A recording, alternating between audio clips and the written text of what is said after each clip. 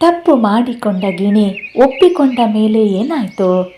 ಕಾಡಿನ ಆಳದಲ್ಲಿ ಬೆಳಗಿನ ಮಂಜು ಇನ್ನೂ ಎಲೆಗಳ ಮೇಲೆ ಅಡಗಿ ಕುಳಿತಿದ್ದಾಗ ಮರಗಳ ನಡುವೆ ಮೃದು ಗಾಳಿ ಹರಿತಾ ಇತ್ತು. ಆ ಗಾಳಿಯ ಜೊತೆ ಸೇರಿ ಹಕ್ಕಿಗಳ ಕಿರುಚಾಟ, ಸೂರ್ಯೋದಯದ ಮೊದಲ ಬಣ್ಣಗಳು ಎಲ್ಲವೂ ಆ ಕಾಡಿನಲ್ಲಿ ಹೊಸ ದಿನಕ್ಕೆ ಶುಭಾರಂಭವನ್ನು ಮಾಡ್ತಾ ಇದ್ವು. ಆ ಕಾಡಿನಲ್ಲಿ 2 ವಿಶೇಷ ಹಕ್ಕಿಗಳು ಇದ್ವು. ಮಾತಿಗೆ ಮಧುರ, ಚುರುಕು ಬುದ್ಧಿಯ ಮೈನಾ ಹಕ್ಕಿ, ಹಸಿರು ರೆಕ್ಕೆಗಳು, ಕೆಂಪು ಕೊಕ್ಕು ಮತ್ತು ಸ್ವಲ್ಪ ಅಹಂಕಾರದ ಗಿಣಿ ಹರಿ. ಇವರಿಬ್ಬರು ಸ್ನೇಹಿತರು. ಆದರೆ ಇಬ್ಬರ ಸ್ವಭಾವಗಳು ಒಂದರ ಮೇಲೊಂದು ವಿಭಿನ್ನವಾಗಿದ್ವು.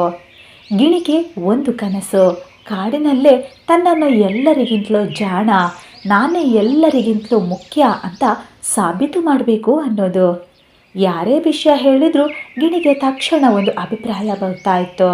ಅದು ನನಗೆ ಗೊತ್ತಿದೆ, ನಾನು ಹೇಳೋದು ಸರಿಯೇ.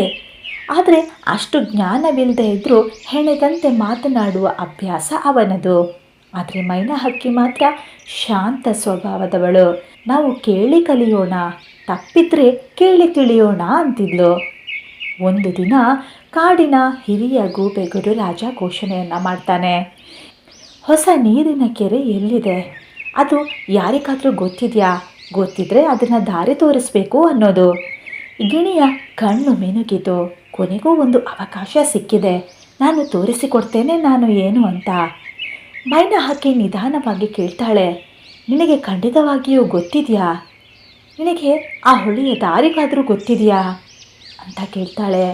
ಅದಕ್ಕೆ ಗಿಣಿ ನಗ್ತಾನೆ, ಅಯ್ಯೋ, ನನಗೆ ಗೊತ್ತಿಲ್ಲದೆ ಇರುವಂತಹದ್ದು ಇದೆಯಾ? ನಾನು 100 ಸಲ ಹೋಗಿದ್ದೇನೆ. ಆದರೆ ಸತ್ಯ ಏನು ಅಂತ ಹೇಳಿದ್ರೆ ಒಮ್ಮೆ ಕೂಡ ಅವನು ಹೋಗಿರಲಿಲ್ಲ. ಸಂಜೆ ಎಲ್ಲ ಹಕ್ಕಿಗಳು ಒಟ್ಟುಗೂಡ್ತವೆ. ಪಾರಿವಾಳ, ಕಾಗೆ, ಮೈನಾ, ಗಿಣಿ, ಎಲ್ಲರಿಗೂ ದಾಹ. ಗಿಣಿ ಮುಂದಕ್ಕೆ ಹೋಗಿ, ನನ್ನ ಹಿಂದೆ ಎಲ್ಲರೂ ಬನ್ನಿ, ನಾನು ತೋರಿಸ್ತೇನೆ. ಮೈನಾ ಹಕ್ಕಿಯ ಮನಸ್ಸಿನಲ್ಲಿ ಸಂಶಯ ಶುರುವಾಯಿತು. ಆದರೂ ಗಿಣಿಯ ಗೌರವ ಹಾಳಾಗಬಾರ್ದು ಅಂತ ಮೌನವಾಗ್ತಾಳೆ. ಪ್ರಯಾಣ ಶುರುವಾಯಿತು. ಮೊದಲು ಕಾಡಿನ ಹಾದಿ ಸುಲಭ, ಆಮೇಲೆ ಬಳ್ಳಿಗಳು, ದಟ್ಟ ಮರಗಳು ಕತ್ತಲಾಗ್ತಾ ಹೋದವು. ಎಲ್ಲರ ಮುಖದಲ್ಲಿ ಭಯ.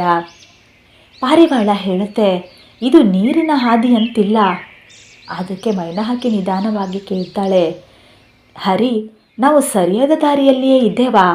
ಅದಕ್ಕೆ ಗಿಣಿ ಹರಿ ಕೋಪಗೊಂಡು ಹೇಳ್ತಾನೆ, ನನ್ನ ಮೇಲೆ ಅನುಮಾನನಾ? ಮುಂದೆ ಬನ್ನಿ. ಮತ್ತು ಅರ್ಧ ಗಂಟೆ ಹಾದಿ. ಹಠಾತ್ ಕಲ್ಲಿನ ದೊಡ್ಡ ಕಣಿವೆಯ ಬಳಿ ಎಲ್ಲರೂ ನಿಲ್ತಾರೆ. ಅಲ್ಲಿ ನೀರು ಇಲ್ಲ, ಬದಲಿಗೆ ಆಳವಾದ ಗುಂಡಿ, ಕೆಳಗಡೆ ಕಲ್ಲು. ಒಂದು ಕ್ಷಣ ಶಾಂತಿ. ಎಲ್ಲರ ಕಣ್ಣು ಗಿಣಿಯ ಕಡೆ. ಗಿಣಿಯ ಹೃದಯದೊಳಗಡೆ ಭಯ, ಲಜ್ಜೆ, ಆದರೆ ಬಾಯಿ ಇನ್ನೂ ಹಳೆಯ ಅಭ್ಯಾಸ. ಅಯ್ಯೋ, ನಿಜವಾದ ದಾರಿ ಇಲ್ಲೇ ಪಕ್ಕದಲ್ಲಿರಬೇಕು.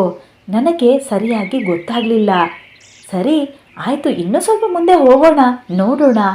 ಮೈನಾ ಸ್ಪಷ್ಟವಾಗಿ ಹೇಳ್ತಾಳೆ, ಇಲ್ಲ, ರಾತ್ರಿ ಆಗ್ತಾ ಇದೆ, ಇಲ್ಲಿ ಅಪಾಯ ಇದೆ. ಗೂಬೆ ಗುರುರಾಜ ಗಂಭೀರವಾಗಿ ಹೇಳ್ತಾರೆ, ಗಿಣಿ ಹರಿ, ನಿನಗೆ ನಿಜವಾಗಿಯೂ ಗೊತ್ತಿದೆಯಾ? ಅಂದಾಗ ಗಿಣಿಯ ಒಳಗಿನ ಹಠ ಮುರಿಯತೊಡಗಿತು.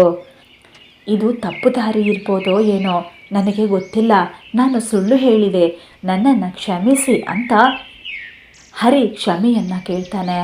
ಒಂದು ಕ್ಷಣ ಎಲ್ಲರೂ ಮೌನ. ಆದರೆ ಮೈನಾ ಮುಂದೆ ಬಂದು ಮೃದುವಾಗಿ ಹೇಳ್ತಾಳೆ, ತಪ್ಪಾಗೋದು ಸಹಜ, ಆದರೆ ಒಪ್ಪಿಕೊಳ್ಳೋದಕ್ಕೆ ಧೈರ್ಯ ಬೇಕು. ನೀನೆಂದು ಆ ಧೈರ್ಯ ತೋರಿಸಿದ್ದೀಯಾ? ಹಿರಿಯ ಗೂಬೆ ಗುರುರಾಜ ತಲೆಯಲ್ಲಾಡಿಸ್ತಾನೆ, ನಿನ್ನ ತಪ್ಪಿಗಿಂತ ನಿನ್ನ ಒಪ್ಪಿಗೆಯೇ ದೊಡ್ಡದು. ಹಕ್ಕಿಗಳು ಅವನ ಮಾತನ್ನು ಒಪ್ತಾವೆ. ಯಾರೂ ನಿಂದಿಸಲಿಲ್ಲ, ಯಾರೂ ದೂರಲಿಲ್ಲ. ಗಿಣಿಯ ಕಣ್ಣು ಒತ್ತಿಯಾಯಿತು. ಮೈನಾ ಮುಂದೆ ಬಂದು ಹೇಳ್ತಾಳೆ, ಈಗ ನಾವು ಒಂದಾಗಿ ಯೋಚಿಸೋಣ. ನಾನು ಹಳೆಯ ಮರದ ಬಳಿಯಲ್ಲಿ ಒಮ್ಮೆ ನೀರಿನ ವಾಸನೆ ಕಂಡಿದ್ದೆ, ಆ ದಿಕ್ಕಿಗೆ ಹೋಗೋಣ. ಈ ಸಲ ಎಲ್ಲರೂ ಕೇಳ್ತಾರೆ, ಚರ್ಚಿಸ್ತಾರೆ, ಒಟ್ಟಿಗೆ ನಿರ್ಧರಿಸ್ತಾರೆ. ಸ್ವಲ್ಪ ಹೊತ್ತಿನಲ್ಲಿ ಮಂಜಿನಂತೆ ಮಿನುಗ್ತಾ ಇದ್ದ ಹೊಸ ಕೆರೆ ಕಾಣಿಸ್ತದೆ. ತಣ್ಣನೆಯ ನೀರು, ತಾಜಾ ಗಾಳಿ, ಎಲ್ಲ ಹಕ್ಕಿಗಳ ದಾಹ ತಣಿಯಿತು. ಗಿಣಿ ನಿಧಾನವಾಗಿ ಮೈನಾಳ ಹತ್ತಿರ ಬಂದು ಹೇಳ್ತಾನೆ, ನೀನು ನನ್ನ ಕೈ ಬಿಡಲಿಲ್ಲ, ಧನ್ಯವಾದ ನಿನಗೆ. ಮೈನಾ ಹಕ್ಕಿ ನಗ್ತಾ ಹೇಳ್ತಾಳೆ, ಸ್ನೇಹ ಅಂದರೆ ತಪ್ಪು ತೋರಿಸುವುದು ಹೌದು, ಕ್ಷಮಿಸುವುದು ಹೌದು, ಎರಡೂ ಕೂಡ. ಮುಂದಿನ ದಿನ ಗಿಣಿ ಹರಿ ಎಲ್ಲರ ಮುಂದೆ ನಿಂತು ಹೇಳ್ತಾನೆ, ಇಂದಿನಿಂದ ನನಗೆ ಗೊತ್ತಿಲ್ಲ ಅಂದರೆ ಗೊತ್ತಿಲ್ಲ ಅಂತಲೇ ಹೇಳ್ತೇನೆ. ಮೊದಲು ಕೇಳ್ತೇನೆ, ಆಮೇಲೆ ಕಲಿತೇನೆ. ಹೆಮ್ಮೆಗಾಗಿ ಸುಳ್ಳು ಹೇಳುವುದಿಲ್ಲ. ಆವಾಗ ಗೂಬೆ ಗುರುರಾಜ ಒಂದು ನಿಯಮವನ್ನು ಘೋಷಿಸ್ತಾರೆ. ಇದು ನಮ್ಮ ಹೊಸ ನಿಯಮ. ಯಾರಾದರೂ ತಪ್ಪನ್ನು ಮಾಡಿದರೆ ತಕ್ಷಣ ಒಪ್ಪಿಕೊಳ್ಳಿ, ಮರಳಿಸಿ ನೋಡಿ, ಆಮೇಲೆ ಕಲಿಯಿರಿ. ತಪ್ಪು ಒಪ್ಪಿಕೊಳ್ಳುವುದು ಅವಮಾನವಲ್ಲ, ಅದು ಧೈರ್ಯ. ಕಾಡು ಮತ್ತೆ ಹಕ್ಕಿಗಳ ಶಬ್ದದಿಂದ ಕೂಡಿತು.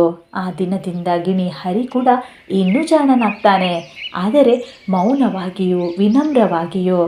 ಮೈನಾ ತನ್ನ ಸ್ನೇಹದಂತೆ ಬೆಳಕಾಗಿ ಉಳಿತಾಳೆ. ಈ ಕಥೆಯ ನೀತಿ: ತಪ್ಪು ಒಪ್ಪಿಕೊಳ್ಳುವುದು ಧೈರ್ಯ, ಹೆಮ್ಮೆಗಾಗಿ ಸುಳ್ಳು ಹೇಳುವುದು ನಿಜವಾದ ಸೋಲು. ಕೇಳುವುದು, ಕಲಿಯುವುದು ನಮ್ಮನ್ನು ದೊಡ್ಡವರನ್ನಾಗಿಸುತ್ತದೆ. ಸ್ನೇಹಿತರೆ, ಈ ಕಥೆ ನಿಮಗೆ ಇಷ್ಟವಾದಲ್ಲಿ ಚಾನಲ್ಗೆ ಒಂದು ಲೈಕ್ ಕೊಡಿ, ಚಾನಲನ್ನು ಶೇರ್ ಮಾಡಿ ಮತ್ತು ಸಬ್ಸ್ಕ್ರೈಬ್ ಮಾಡಿ.